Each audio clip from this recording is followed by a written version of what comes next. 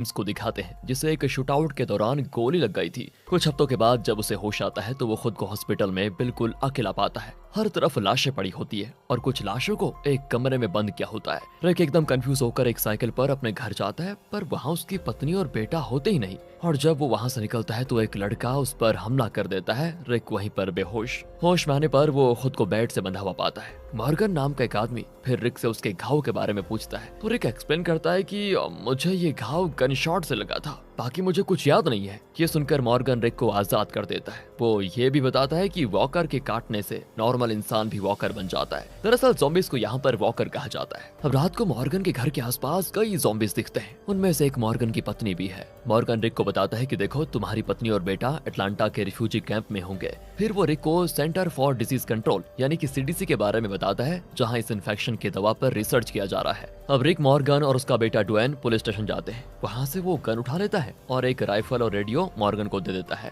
इसके बाद तो रिक एक पुलिस कार में अटलांटा की ओर निकलता है। यहाँ से मॉर्गन और ड्वेन घर लौट आते हैं। लेकिन होता ये यहाँ पर कि मॉर्गन ऊपर जाकर ज़ॉम्बीज़ को लगातार शूट करने लग जाता है। वो अपनी पत्नी को भी मारना चाहता है लेकिन हिम्मत नहीं जुटा पाता। इसी बीच रिक को दिखाते हैं तो हाईवे से सर्वाइवर्स कैंप को एक मैसेज भेजता है और ये वही कैंप है जहाँ पर उसकी पत्नी लॉरी अपने बेटे कार्ल के साथ होती है। वो मैसेज रिसीव करते हैं लेकिन अटलांटा के इस खतरनाक सिचुएशन के बारे में रिक को वार्निंग मैसेज नहीं भेज पाते। अब यहाँ पर लॉरी रिक के बेस्ट फ्रेंड शेन के साथ थोड़ा फ्लर्ट कर रही होती है। रास्ते में यहाँ कार का फ्यूल खत्म हो जाता है और रिक को कहीं फ्यूल स्टेशन नजर नहीं आता। फिर वो अपने पिता के फार्म में जाता है जहाँ उन्होंने पूरी फैमिली को शूट कर दिया था और आखिर में खुद भी मर गए थे। रिक फिर फार्म से एक घोड़ा लेकर आगे बढ़ता है। जब वो अटलांटा सिटी पहुंचता है तो उसे ज़ॉम्बीज़ घेर लेते हैं। अचानक हेलीकॉप्टर की आवाज आती है। रिक उसी साउंड को फॉलो करता है लेकिन उसके लिए इतना आसान नहीं होता क्योंकि ज़ॉम्बीज़ की भीड़ में वो फंस जाता है। ज़ॉम्बीज़ तो घोड़े पर भी अटैक करते हैं और रिक फिर वहां से बचकर कैसे भी करके निकल जाता है। अब यहाँ से वो एक मिलिट्री टैंक के अंदर छुप जाता है ताकि कोई उसको देख ना पाए। तभी उसे रेडियो पर उसके फ्रेंड ग्लेन की आवाज आती है।